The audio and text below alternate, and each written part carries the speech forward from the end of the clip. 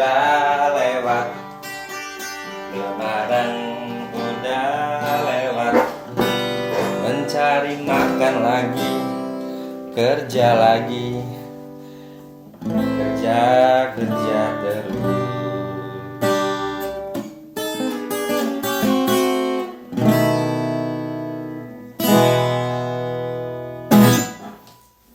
Selamat datang kembali di Karya Raya Indonesia.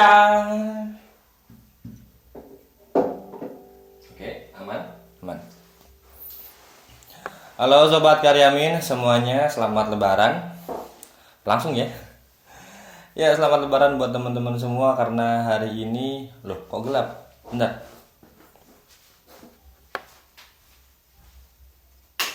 Nah, ini kan keren. Udah terang?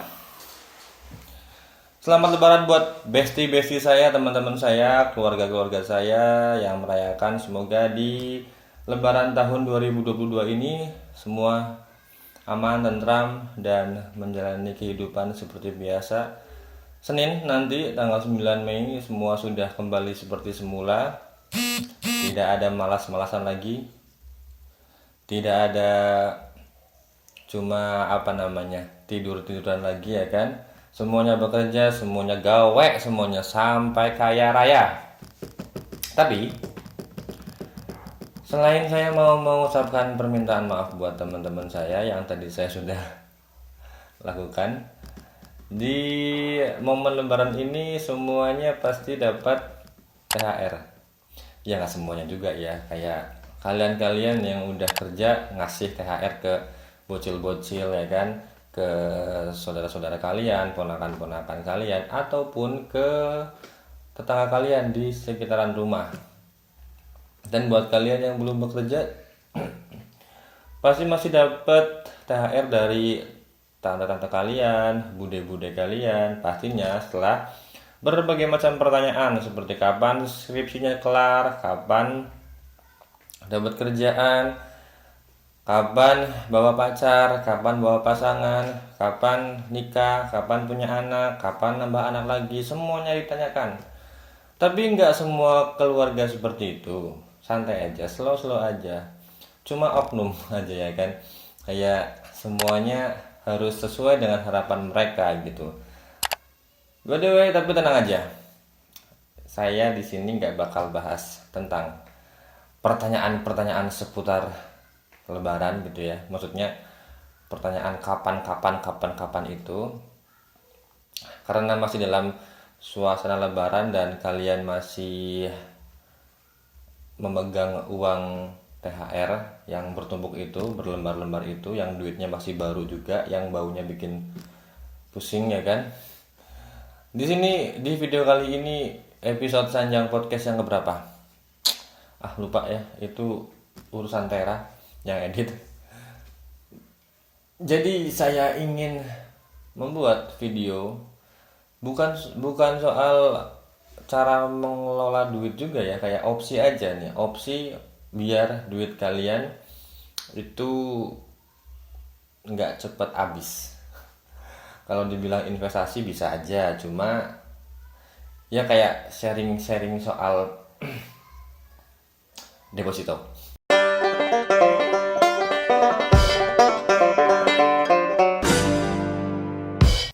Ini buat kalian-kalian ya yang udah pada 20 tahun ke atas atau udah 25 tahun ke atas yang lagi banyak-banyaknya megang duit setelah menerima THR ataupun dapat THR dari kantor-kantor kalian ataupun penjualan usaha kalian, atau kok penjualan usaha kalian yang penjualan kerudung gitu atau toko-toko online lah ya, atau apapun lah.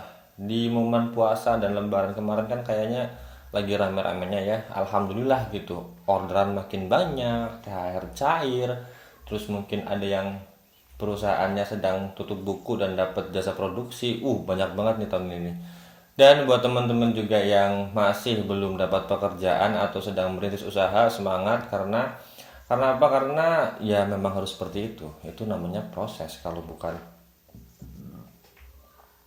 kalian yang berusaha, siapa lagi gitu, masa semuanya mau jadi abdi negara ya kan.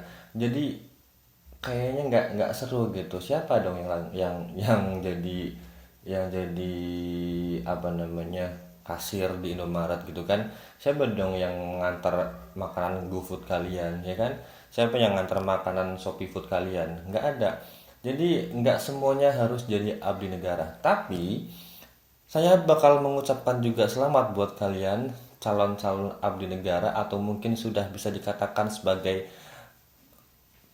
ASN, dikit lagi PNS lah ya, CPNS, karena kalian kalian semua kemarin dapat SK khususnya di wilayah Banyumas, susah bener ngomong, khususnya di wilayah Banyumas di Purwokerto, karena kemarin saya lagi lihat Instagram gitu kan, scroll scroll story, kok scroll sih, kayak geser-geser story gitu, ada beberapa teman saya yang sedang menerima SK CPNS di mana di suatu tempat di Gor sana, Gor Satria kalau nggak salah. Jadi mereka pada happy happy gitu kan, pakai baju putih hitam, pakai dasi, dan captionnya juga lucu-lucu gitu. Ada yang FOMO, ya terserah ya, maksudnya ini sih teman saya sih yang memang brengsek. Ada yang captionnya sambil foto gitu nunjukin SK-nya, benda padat yang dapat dicairkan gitu gitu kan, keren banget, lucu banget. Dan paling keren apa, video TikToknya tuh keren banget, video CPNS Banyumas ya yang kemarin menerima SK, bagus banget di TikTok. Saya juga lihat gitu, dan sekali lagi selamat buat teman-teman semua, akhirnya apa yang kalian dambakan, apa yang kalian inginkan, apa yang kalian tunggu-tunggu akhirnya datang juga. Selamat, dan katanya per hari ini nih, ini ya tanggal berapa ya? Per tanggal 7 Mei nanti sudah pada mulai masuk, tentunya dengan status berbeda, abdi negara. Ya, ya dong. Suatu prestasi yang sangat-sangat membanggakan orang tua, suatu prestasi atau pencapaian yang sangat-sangat diidam-idamkan oleh semua orang. Dan bentar lagi kalian juga dapat gaji yang stabil setiap bulan, ditambah tunjangan-tunjangan, dan ditambah fasilitas dari bank yang bekerja sama dengan instansi kalian. Jadi tinggal bekerja dengan baik, dengan jujur, dengan amanah, nunggu gaji, atau mungkin yang mau disambi usaha juga boleh-boleh aja ya kan. Dan di video kali ini saya ingin sharing tentang deposito. Kenapa deposito? Karena kalau kita bahas soal deposito itu ya kita juga bisa menamainya atau menyebutnya dengan produk investasi. Karena deposito itu sangat-sangat mudah untuk dibuat, sangat-sangat gampang, sangat-sangat minim resiko. Kalian tinggal ke bank, kalian bilang ke customer service-nya, Mbak saya ingin buka deposito, pasti langsung jadi. Dan di sini saya ingin nggak menjelaskan sih, kayak bercerita aja sedikit soal deposito.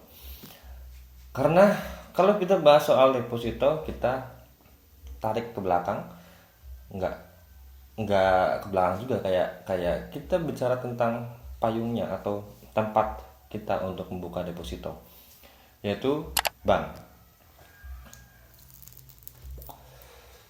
Dan teman-teman di sini pasti sudah pernah ke bank, sudah pernah membuka rekening tabungan di bank, ya kan? Fungsi bank sendiri, dan pastinya teman-teman sudah punya bank masing-masing, bank favorit masing-masing. Fungsi bank sendiri adalah menghimpun dana dari masyarakat dalam bentuk simpanan dan akan diberikan kompensasi yaitu bunga, dan menyalurkan lagi dana tersebut ke masyarakat dalam bentuk pinjaman dan diberi bunga atau dipatok bunga yang lebih tinggi dari bunga simpanan.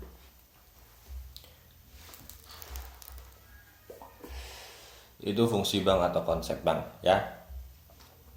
Jadi misal kalian menabung di bank, itu bank akan menghimpun dana kalian atau menampung dana kalian dan akan salurkan lagi dalam bentuk kredit atau pinjaman. Dan bentuk simpanan itu macam-macam.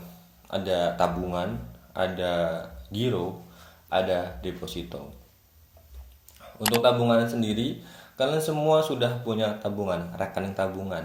Minimal minimal kalian sudah pernah tahu lah apa itu tabungan. Jadi tabungan itu adalah bentuk rekening gitu ya. Kalian ke bank, Mbak saya mau buka rekening tabungan untuk saya menabung gitu. Nanti customer service-nya akan membuka tabungan atau memberikan opsi-opsi tabungan apa nih yang akan dibuka Mas Mbak, gitu kan?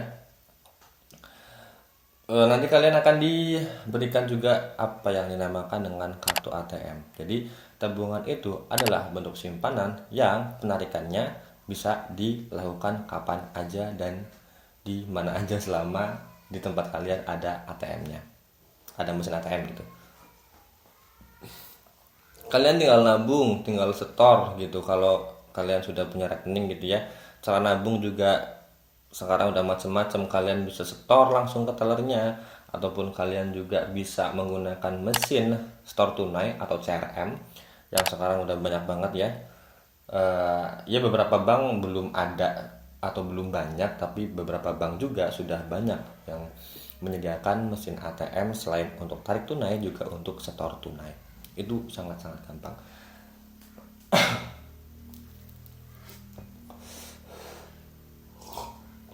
Dan cara penarikannya pun sangat-sangat mudah. Kalian tinggal bawa kartu ATM kalian ke mesin ATM, udah masukin pin ATM, tarik, uang kalian akan keluar. Cara kedua, sekarang nggak semua bank, beberapa bank sudah menerapkan atau memberikan fasilitas penarikan tanpa kartu ATM atau juga disebut dengan cardless.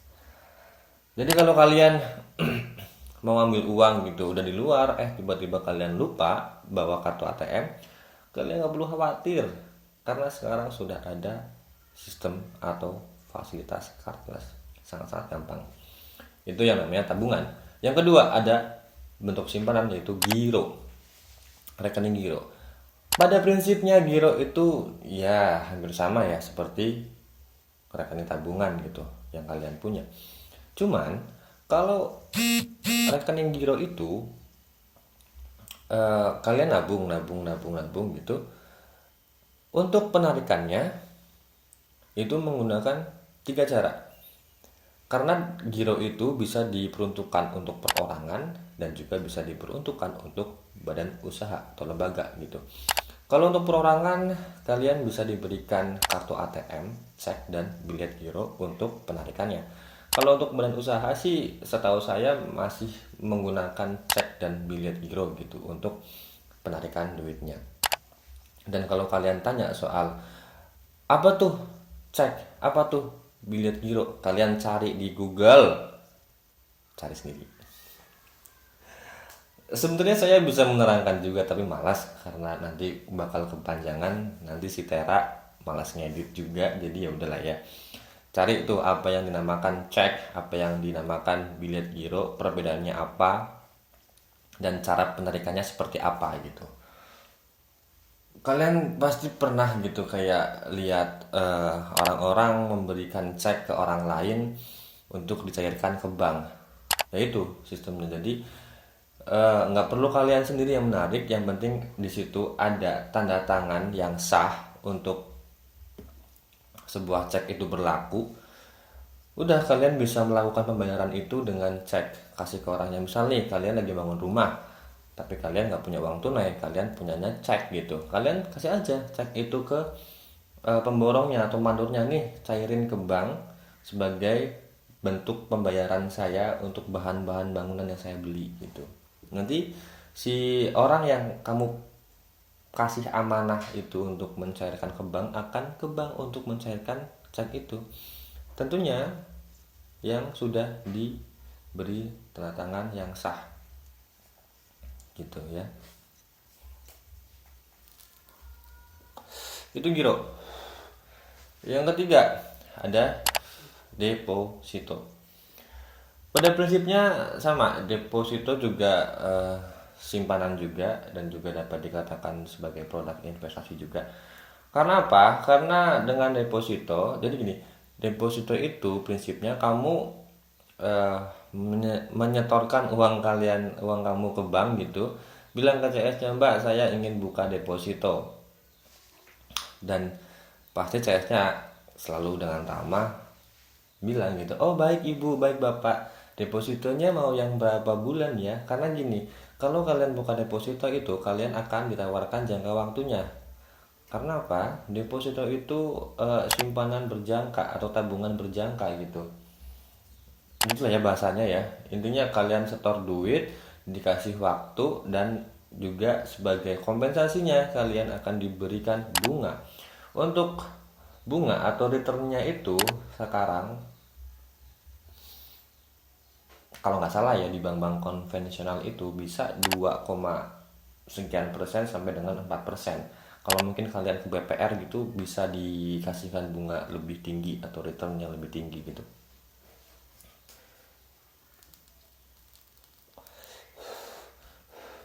Jadi deposito sendiri nanti akan diberikan jangka waktu. Ada yang sebulan, 2 bulan, 3 bulan, 4 bulan, 6 bulan, 12 bulan atau setahun, dan juga 24 bulan atau 2 tahun, tergantung produk dari masing-masing bank yang kalian pilih. Dan untuk membuka deposito itu sangat-sangat gampang. Di beberapa bank cukup dengan uang 1 juta rupiah kalian sudah bisa membuka deposito. Dan kelebihannya apa? Kelebihan kalian membuka deposito itu apa? Kok saya harus membuka deposito itu apa? Kelebihannya dari deposito adalah bunga yang kalian dapatkan itu jelas gitu. Misal dari awal kalian sudah ada akad gitu, bukan akad sih, kayak rate yang sudah ditentukan itu 2,5%. Ya selama jangka waktu yang kalian pilih, misal kalian pilih jangka waktu 3 bulan. Selama 3 bulan itu kalian akan mendapatkan return 3,5%. Dan ingat, return itu atau bunga itu setahun ya. Bunga setahun itu 2,5%. Ya akan seperti itu terus, 2,5%. Yang pertama. Yang kedua, duit kalian dijamin oleh negara lewat LPS, Lembaga Penjamin Simpanan. Jadi uang kalian tuh bakal sangat-sangat aman gitu. Karena apa? Karena dijamin tadi oleh LPS. Dan kalaupun pahit-pahitnya, katakanlah auzubillahi min dzalik, amit-amit gitu, bank yang kalian pilih untuk membuka deposito itu bangkrut, uang kalian atau duit kalian itu bakal aman gitu, nggak hilang, karena negara sudah menjamin di LPS atau lewat LPS gitu. Itu yang kedua kelebihannya. Yang ketiga, pembuatannya sangat-sangat mudah. Yang tadi saya bilang, cukup dengan uang 1 juta di beberapa bank itu kalian sudah bisa membuka atau membuat deposito. Tentunya dengan biaya, yang pertama ada biaya materai, yang kedua ada biaya biliet deposito. Apa itu biliet deposito? Biliet deposito itu adalah bukti kepemilikan atau sertifikat kepemilikan bahwa kalian punya, cepet banget ya, kalian punya deposito di bank tersebut. Jadi nanti kalian bakal dikasih sertifikat itu. Kayaknya kalau nggak salah ya, harga biliet deposito itu Rp3.000, sangat-sangat murah. Dan kalian tadi harus harus membawa materai Rp10.000. Itu awal-awalnya. Tapi untuk kelanjutannya, untuk seterusnya, kalian tidak akan dikenakan biaya administrasi. Itu keuntungan atau kelebihan yang keempat. Sangat-sangat gampang. Dan kalau kita bicara soal kelebihan, pasti ada juga kekurangannya. Sebenarnya nggak kekurangan sih, kayak jadi memang seperti itu gitu untuk deposito. Yang pertama adalah keuntungan sangat kecil. Keuntungannya sangat kecil kalau kita membahas soal deposito ataupun saham ataupun instrumen investasi lainnya, kayaknya deposito itu paling rendah itu dibanding saham ataupun reksadana ataupun kripto mungkin, ataupun emas, ataupun juga kalian sering mendengar apa yang dinamakan ORI atau obligasi Republik Indonesia atau SBR atau sukuk gitu kan, atau saving bond retail gitu gitulah, surat utang negara. Di antara itu semua, deposito keuntungannya paling kecil kalau nggak salah. Yang kedua, kerugian ataupun kekurangan sih, kekurangan deposito adalah ini bisa iya bisa enggak kalah dengan inflasi. Karena apa? Di bulan Januari sampai Maret aja untuk inflasi, tingkat inflasi atau presentasi inflasi 2022 bulan Januari sampai Maret itu 1,20%. Jadi kalau kalian membuka deposito di suatu bank dengan return 2,35%, ya masih ada selisih keuntungan ya. Jadi sangat-sangat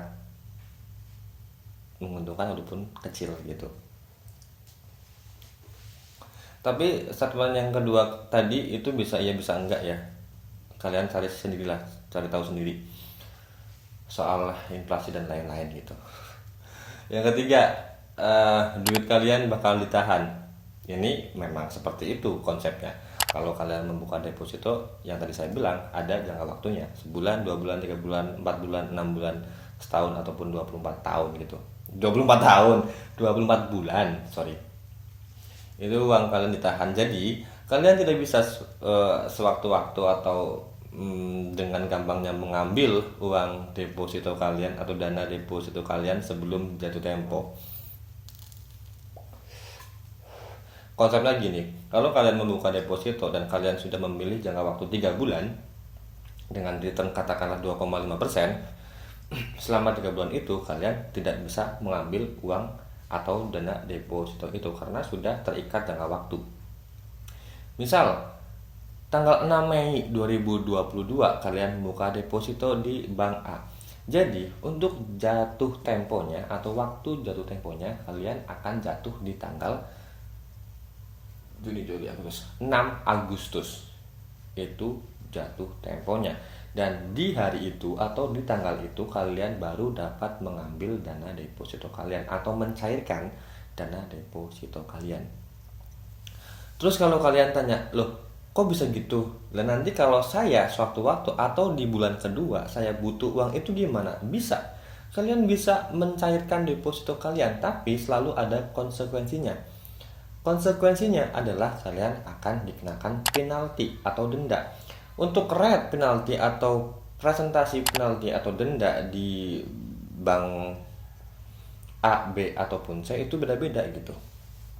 Ada yang 0,5%, ada yang mungkin 2%. Jadi kalian bisa cek dulu gitu atau menanyakan dulu di customer service-nya gitu. Bilang gini, "Mas, kalau saya deposito 3 bulan nih, kok bukan kok ya, tiba-tiba di bulan kedua saya butuh nih uangnya dan saya sangat-sangat amat butuh uang itu untuk bangun rumah misalkan atau untuk menambah modal usaha atau untuk nambahin duit buat ganti mobil gitu. Itu gimana Mas?" "Oh bisa Ibu, tapi nanti akan dikenakan penalti atau konsekuensinya penalti sebesar 0,5% misalkan gitu. Jadi 0,5% itu diambil dari seberapa besar dana yang kalian setorkan. Itu konsekuensi kalau kalian mencairkan deposito kalian sebelum jatuh tempo. Itu yang kedua. Ketiga, sorry. Yang keempat, deposito atau produk simpanan apapun pasti akan dikenakan pajak 20%. Jadi sangat-sangat jomplang apabila dibandingkan dengan saham ataupun reksadana yang tidak dikenakan pajak atau hasilnya nggak dikenakan pajak 20% gitu. Kesimpulannya, deposito itu cocok untuk siapa? Cocok untuk kalian yang baru pertama kali ingin mencoba investasi gitu. Ataupun yang kedua, cocok untuk kalian yang tidak mau risiko tinggi. Atau apalah kayak saham kan tinggi ya, high risk gitu.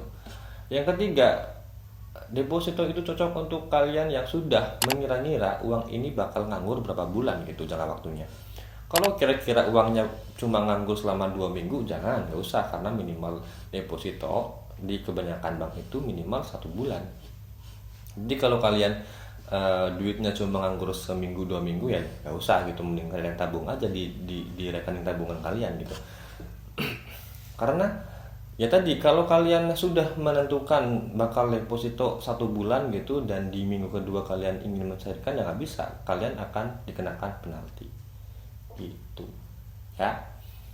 Dan cara menghitung deposito atau bunga deposito itu seperti apa ya?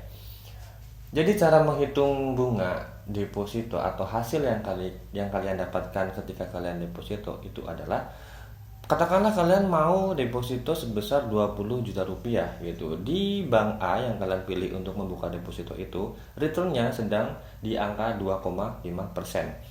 Tinggal dikalikan 20 juta kali 2,5 per 100 kali 31 hari, itu 1 bulan ya, kali 31 hari dibagi 365 hari, itu hari dalam 1 tahun. Hasilnya berapa? Hasilnya berapa? Belum selesai.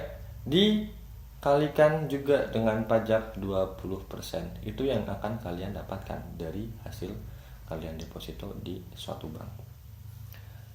Saya ulangin, jadi dana yang kalian setorkan dikalikan return yang berlaku saat itu, dikalikan 31 hari dibagi 365 hari dikalikan pajak 20%. Itu cara menghitung deposito. Jadi kalian bisa tuh menghitung sendiri di rumah. Oh, jadi kalau saya bakal buka deposito dengan dana sekian, saya bakal mendapatkan hasil sekian. Itu. Jadi kalian sudah dapat menghitung deposito. Dan balik lagi, lo bro atau bang, buktinya apa dong? Bukti pemilikannya apa dong bang? Kalau saya sudah punya deposito di satu bank. Kalau tabungan kan saya dapat buku tabungan nih sama ATM. Kalau deposito itu apa ya bukti kepemilikannya ya? Pertanyaan yang sangat bagus. Jadi kalau kalian buka deposito, bukti kepemilikan deposito yang kalian miliki di bank itu adalah sertifikat deposito yang dinamakan billiard deposito. Seperti ini. Nih. Ini bukti kepemilikan rekening deposito atau yang dinamakan billiard deposito. Kayak gini. Enggak kayak cek sih, cek lebih kecil ya. Nah, tadi yang saya bilang untuk materai nanti akan ditempel di sini dan ditandatangani oleh pihak bank gitu. Dan juga kalian tanda tangan di sini sebagai bukti bahwa ini adalah benar billiard deposito kalian. Ini akan berguna ketika kalian mencairkan deposito yang kalian punya. Gitu. Sangat-sangat gampang, sangat-sangat mudah, sangat-sangat minim resiko walaupun hasilnya kecil, dan sangat-sangat aman karena tidak ada biaya administrasi. Dan pertanyaan berikutnya, gimana cara saya untuk mencairkan deposito saya? Gampang, kalian tinggal ke bank yang kalian pilih untuk membuka deposito, kalian bawa biliar depositonya, dan di beberapa bank itu kalian harus membawa materai gitu buat bukti bahwa deposito ini sudah dicairkan. Jadi tinggal bawa KTP, buku tabungan, terus biliar deposito, kalian sudah dapat mencairkan deposito kalian. Dan ingat, mencairkan deposito itu harus di tanggal jatuh tempo deposito yang tadi saya bilang di awal. Jadi kalau kalian membuka tanggal 6 Mei, misal kalian memilih jangka waktu 3 bulan, kalian akan bisa mencairkan deposito kalian di tanggal 6 Agustus. Ya. Sangat-sangat gampang, tinggal ke bank aja, bilang ke customer service-nya. Gitu. Jadi untuk di video kali ini saya sharing soal investasi yang gampang ya. Ya intinya kalau kata-kata investasi itu terlalu berat, intinya ya tabungan yang sangat-sangat gampang lah ya, simpanan yang gampang, simpanan yang rate-nya atau return-nya itu lebih tinggi dari bunga tabungan biasa.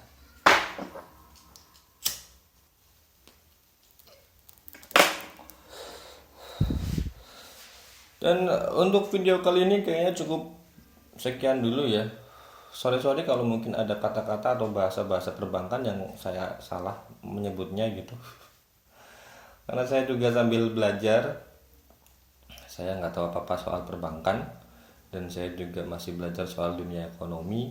Tapi kenapa saya bahas deposito? Karena tadi saya pernah membuka deposito dan ini sedang berjalan juga, belum masuk jatuh tempo. Jadi ya alangkah baiknya saya sharing ke teman-teman semua, ke sobat-sobat karya raya dimanapun berada, agar apa? Agar minimal kalian tahu gitu produk-produk perbankan yang menguntungkan, gitu kan. Jadi kalian bisa tuh membandingkan, misalkan deposito sama saham, atau deposito sama reksadana, atau kripto mungkin, atau mau diinvestasikan ke emas. Jadi kan kalian ada gambaran gitu perbandingannya. Dan mungkin setelah kalian buka deposito, karena kalian sadar bahwa kok ini kecil banget ya keuntungannya, ya kalian bisa cari lagi tuh instrumen investasi atau produk investasi lain gitu kan. Kalian bisa belajar lagi, mungkin saham, kalian bisa ngulik tuh cara memilih saham yang baik, ataupun cara memilih saham agar nggak rugi, ataupun waktu-waktunya beli saham, atau istilah-istilah lain yang sangat-sangat membingungkan gitu buat saya, karena saya nggak pernah ingat gitu, nggak pernah hafal soal istilah-istilah dalam persahaman ataupun perbankan ataupun pereksadanaan ataupun perobligasian gitu. Kadang-kadang ada istilah-istilah yang sama, artinya sama, tapi kata-katanya beda gitu. Jadi ya memang harus belajar lagi, harus mengulik lagi, agar apa? Agar tidak mengalami kerugian yang banyak gitu. Kalau kerugian sih kayaknya semua orang pernah merasakan kerugian gitu, baik itu di reksadana, akan nggak tahu kalau reksadana ya, baik itu di saham, di kripto, ataupun dimanapun. Bahkan emas, misal harga emas lagi turun kan juga bisa dikatakan rugi ya. Jadi bijaklah dalam memilih produk-produk investasi. Tanya kalau nggak tahu, minta keterangan ke customer service-nya, ataupun mungkin kalian punya kenalan atau teman orang bank,